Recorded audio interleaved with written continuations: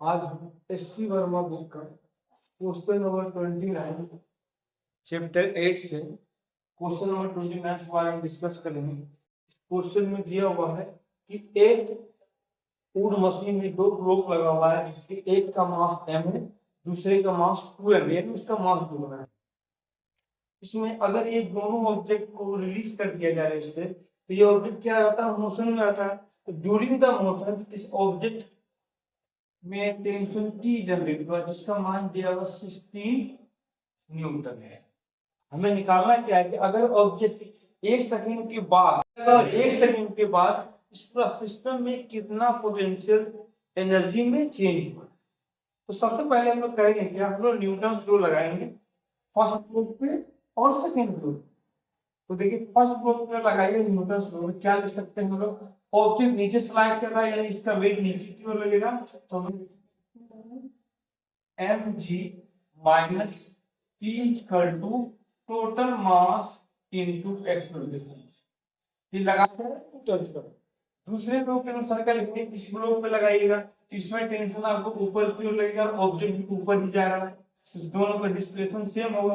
ऊपर ये ऊपर जाएगा और एच आर नीचे जाएगा एच आर से। यहाँ लिख सकते हैं हम लोग टी माइनस एम जी बराबर मास इनटू एक्सेलरेशन। इक्वेशन नंबर 1 और करते क्या है, दोनों को हम लोग करेंगे एडिशन। एडिशन करने से आपको ये पता चलेगा कि सर दोनों का कैंसिल आउट, जिसमें से 2 mg में से 1 mg को सब्ट्रैक्ट कीजिए, घटाइए, तो आपके पास बचेगा m g equal to 2ma plus ma equal to 3m into a। शुरुआत करना हम लोग m को m कर देंगे कैंसिल, तो आपके पास एक्सीलरेशन निकल के आएगा इस ऑब्जेक्ट का g/3।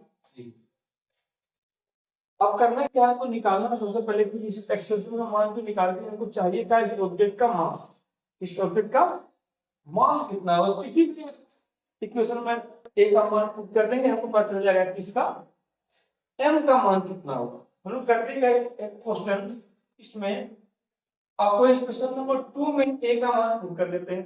देखिए कितना t का मान हम ऑलरेडी जानते हैं 16 न्यूटन। तो आपको क्या बन के आएगा, यहाँ पे देखिए, यानी t के स्थान पे t माइनस mg बराबर मास इनटू एक्सेलरेशन। t का मान दिया 16 newton, m into g equal to m, इसका मान कितना आएगा आपका, 6 का मान दिया g/3। अब 16 इक्वल टू कितना आएगा sir, m g/3 plus mg, इसको आगे सोल्व कीजिएगा तो आपका 4mg/3 4mg/3। इससे आप m का मान निकालें, मास मतलब कितना है आपको, ये मास ऑफ द ऑब्जेक्ट निकल गया है। आप ऑब्जेक्ट का मास निकल गया और एक्सेलरेशन निकल गया, तो हम लोग करेंगे सबसे पहले इसका निकालेंगे डिस्टेंस, इसका निकालेंगे यानी h कितना है, h बराबर होता है ut plus half eighty square. इसमें कहना है u इस ऑब्जेक्ट का इनिशियल वेलोसिटी 0 है, तो u का मान किस तरह 0 होती है, आप करके 0 आ जाएगा, तो बचेगा क्या 1/2 a इंटू टी स्क्वायर। इस स्थान से इस स्थान में ऑब्जेक्ट को जाने में 1 सेकेंड है, कितना लगा ये, तो आपका हाइट का मान पता चलेगा 1/2 a का मान देखिए g/3 और t का मान 1 सेकेंड ऑलरेडी दिया हुआ था, इसको हल कीजिएगा था g/16 मीटर। तो हो क्या रहा है इसमें से, अगर आपको गौर किया जाए पता चलेगा सही हो कि नीचे आ रहा है इसकी पोटेंशियल एनर्जी घट रही है और ये ऊपर जा रहा है इसकी पोटेंशियल एनर्जी बढ़ रही है। मुझे निकालना है चेंज इन पोटेंशियल एनर्जी, यानी कि चेंज इन पोटेंशियल एनर्जी, यानी हेवी ब्लॉक का मास नीचे जाने के कारण घट रही है, यानी minus mg h 2mg h, क्योंकि इसकी पोटेंशियल एनर्जी घट रही है और इसकी बढ़ रही है, तो प्लस mg h। इसको सोल्व कीजिएगा तो माइनस mg h। प्रत्येक का मान दिया, m का मान कितना है बढ़ाइए पुट कीजिए, तो 12 डिवाइड बाय g को g रहने दीजिए और h का मान दिया हुआ है g/6।